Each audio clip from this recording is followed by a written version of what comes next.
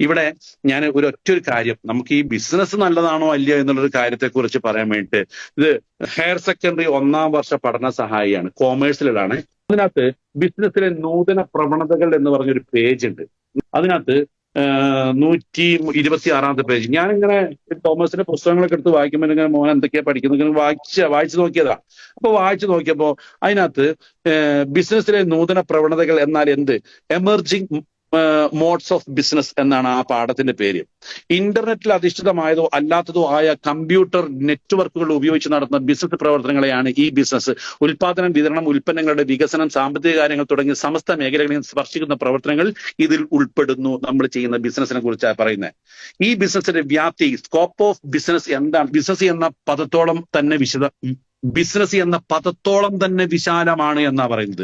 ഒരു സ്ഥാപനത്തിന്റെ ഉൽപാദനം, സാമ്പത്തിക കാര്യങ്ങൾ, വിപണനം, തൊഴിലാളികളുമായി ബന്ധപ്പെട്ട കാര്യങ്ങൾ, വിവിധ മാനേജ്മെന്റ് എന്നിവയെല്ലാം ഇതിലൂടെ സാധ്യമാണ്.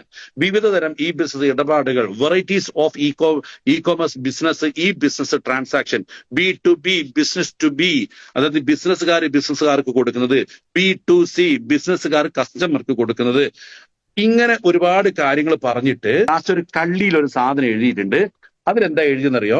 പരമ്പരാഗത ബിസിനസ്സും ഈ ബിസിനസ്സും തമ്മിലുള്ള വ്യത്യാസം എന്ത്, ഡിഫറൻസ് ബിറ്റ്വീൻ ഈ ബിസിനസ് ആൻഡ് ട്രഡീഷണൽ ബിസിനസ്.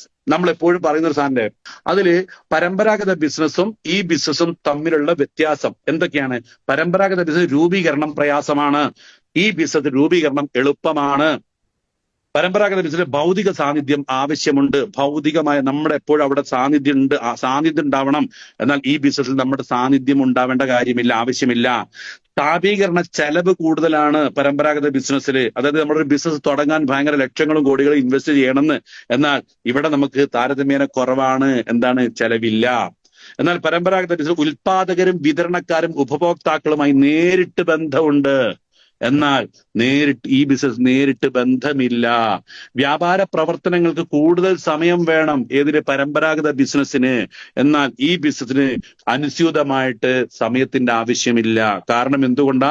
അവിടെ ഡ്യൂപ്ലിക്കേഷൻ നടക്കുന്നു, മുഖാമുഖം ഇടപാടുകൾ നടക്കുന്നു. പരിചയമുള്ളവരിലേക്ക് മാത്രം ബിസിനസ്സുകൾക്ക് പോകേണ്ട പരിമിതികളുണ്ട് പരമ്പരാഗത ബിസിനസ്സിന്. എന്നാൽ മുഖാമുഖം കാണേണ്ട ആവശ്യമേ ഇല്ല ഈ ബിസിനസ്സില്. വിപണി വൈവിധ്യത്തിനുള്ള സാധ്യത കുറവാണ്. എങ്ങനെ? വിപണി വൈവിധ്യത്തിനുള്ള വ്യത്യസ്തമായ പ്രൊഡക്റ്റുകൾ ഇറക്കാനും അതുപോലെ തന്നെ അത് പെട്ടെന്ന് മാർക്കറ്റ് ചെയ്യാനുള്ള സാധ്യത വളരെ കുറവാണ്.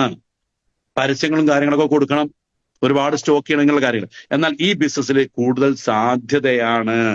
നിങ്ങളൊന്ന് ആലോചിക്കുക, ഇന്ന് +1 ഇത് നമ്മൾ പഠിക്കുന്ന സമയത്ത് ഉണ്ടായിരുന്നില്ല. ഇപ്പൊ പുതിയ പഠനങ്ങളിൽ മക്കളെ പഠിപ്പിക്കുകയാണ് ഈ ബിസിനസിന്റെ പ്രാധാന്യം.